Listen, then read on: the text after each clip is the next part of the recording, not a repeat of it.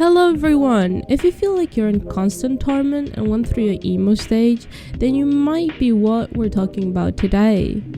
And that's Omen. We're talking about Omen because he's a cool little bean. So Omen doesn't have mommy and daddy issues. He just has self issues, which is worse. And kind of wants to commit, but not really. We'll talk about it later on. But no, in my humble opinion, deep down, he's a cute little bean, and I think he just needs a little cuddle, you know, and probably some therapy. But a cuddle will do, you know. And he really cares, surprisingly. He really cares about everyone on his team. Like, so that's cool. Anyways, moving on. Personality and abilities. So Omen is like our typical emo kid. Kick them when they're down.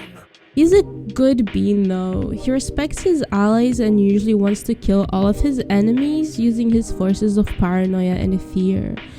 We will talk about the reason as to why that's a thing later on in the lore section, but Omen is extremely cynical in his nature because he's pretty much in constant pain 24/7 no matter what.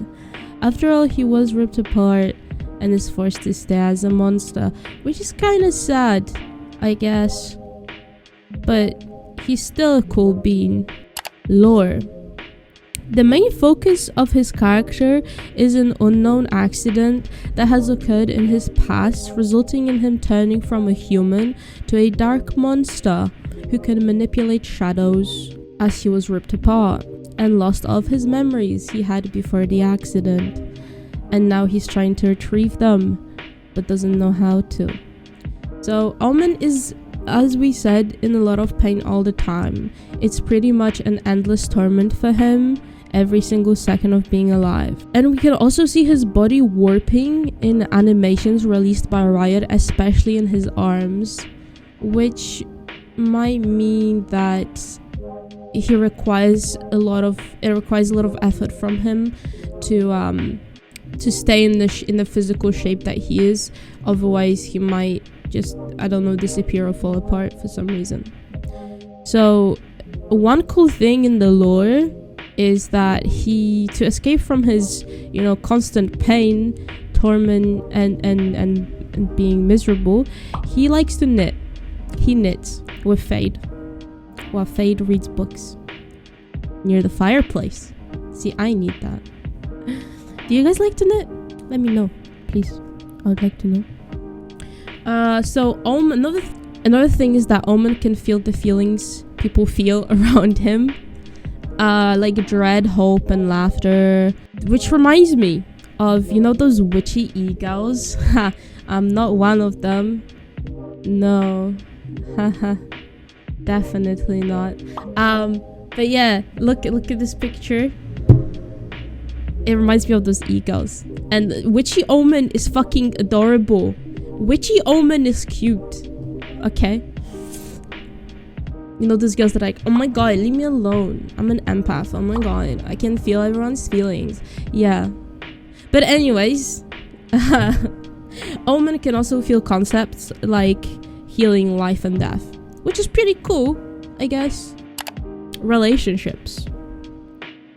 Viper. So his relationship with Viper is kind of sort of a mystery, I guess, because they do have an intertwined past, and Omen is on personal basis with Viper because he's referring to her as Sabine, but she doesn't want to speak his name for some reason. Maybe it's because maybe she's responsible for what happened to him and she just doesn't want to be reminded of that. But she just refers to him as an old friend whenever she talks to him. And there are some voice lines, I've said this in the Viper's lore video, there are some voice lines where she starts saying his name but doesn't finish it. So Omen thinks that if he kills his Omega Earth Omen, so his counterpart, he will regain all of his memories. So if given the chance, he would kill his Omega Earth self. So he doesn't really have a good relationship with himself there. Yeah. Cypher. So Cypher knows critical information about Omen's past, and apparently he was asked by Omen to retrieve something from his past, but Omen did not pay the right price for it yet, so they're kind of close, I guess, in a way. When it comes to Sova, they have a very positive and wholesome interactions. Sova does truly believe Omen has a chance at redemption, and Omen is very respectful towards Sova. His relationship with Sage is very strong and is beyond in-game relationship, as shown by this player card. Omen has a deeper understanding of the nature of Sage's powers, and he says how Sage's abilities pull against the natural balance of life and death. Sage has a lot of sympathy towards Omen and understands his torment. Reyna and Omen have mutual respect. Reyna always views their tasks of healing people as competition. Omen also mentions how he can hear the voices of Reyna's souls that she's consuming, which is kind of sussy, coming back to Witchy Omen. His relationship with Sky is not that deep, so he sees great potential in Sky and calls her the Life Weaver. That's it, really. Yoru and Omen, so Omen has great respect and admiration for Yoru.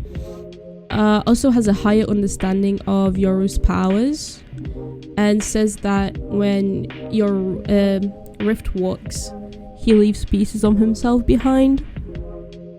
And then with Fade reads with Omen as he knits, which proves that not all agents detest her for blackmailing and are willing to spend time with her and try to build a positive relationship. It's kind of cool, right? Theories. Okay, so the first theory is about Viper's, Omen's, and Sage's collective history. We've also talked about this exact same thing in the last video about Viper's lore. But let's recap. So, Viper was a scientist working at Kingdom Corporation, doing experiments related to Radianite. In one of those experiments, Omen was a test subject. One way to get your college money, huh? Haha. The experiment went horribly wrong, and he died. Sort of. So, well, he died. But then Viper called Sage for help to heal Omen back to life. However, Sage didn't have a lot of experience and was weak at the time, so she wasn't able to fully heal him back. She did what she could. However, Omen ended up being what he is now and losing all of his memories from before the experiment. Maybe that's why she feels a bit guilty and feels sympathy for him. The second one is artificial radiant. So Omen's current condition is closely related to radiance, if not directly caused by it. Currently, all that is known about what goes into the making of Radiant comes from a comment from the creative director, and he said that it requires a suitable genetic makeup and being involved in Radianite related events. This claims that Omen was the result of an experiment with the goal of artificially creating a Radiant, either headed or funded by Kingdom, obviously, while trying to engineer the sequence of events required to gain radiance. Something went wrong, resulting in the test subject Omen dying and becoming a Wrath, alive but not quite, very empty shell. Kinda sad. So the third one is that whatever Omen is wearing is his armor. So we've only seen the type of clothing that Omen wears on him and not any other agents. It looks metallic with a glowing core in the chest area like Iron Man. Iron Man is my favorite character in Marvel. I love Iron Man, and they're comparing him to Iron Man. So, and his arms are wrapped in bandages. His hood is made of an unknown purple material with Kingdom logo on the front, and then you have a lot of unknown runes on the back. So this theory says that Omen's clothing used to be that way to sort of bind his essence into a single body and help him remain stable, because as we know, he can warp and become unstable and maybe possibly fall apart if that happens. So the last theory is about Omega Omen. So the Omega Earth Omen has a statue on Pearl in the Garden of Heroes. Well, not anymore because there are championships going on soon, so they removed it. But he does have a statue in the Garden of Heroes, a unique player card in the Garden of Heroes set back from episode 5, Act 2 Battle Pass, and a lecture series, Monster Redeemed, detailing his work to save the people of Omega Lisbon. His exploits saving the citizens of what would go on to be Pearl are illustrated in the player card, in which he is shown using his powers to help rescue people who were caught by the surging waters and bring them up to safety. He also has a comic book dedicated to him, and it's called The Shadow Walker. That's pretty cool. Well, that's all for today. Thank you for tuning in. Make sure to check out my TikTok, Twitch, and Discord server, and I'll see you around. Bye bye.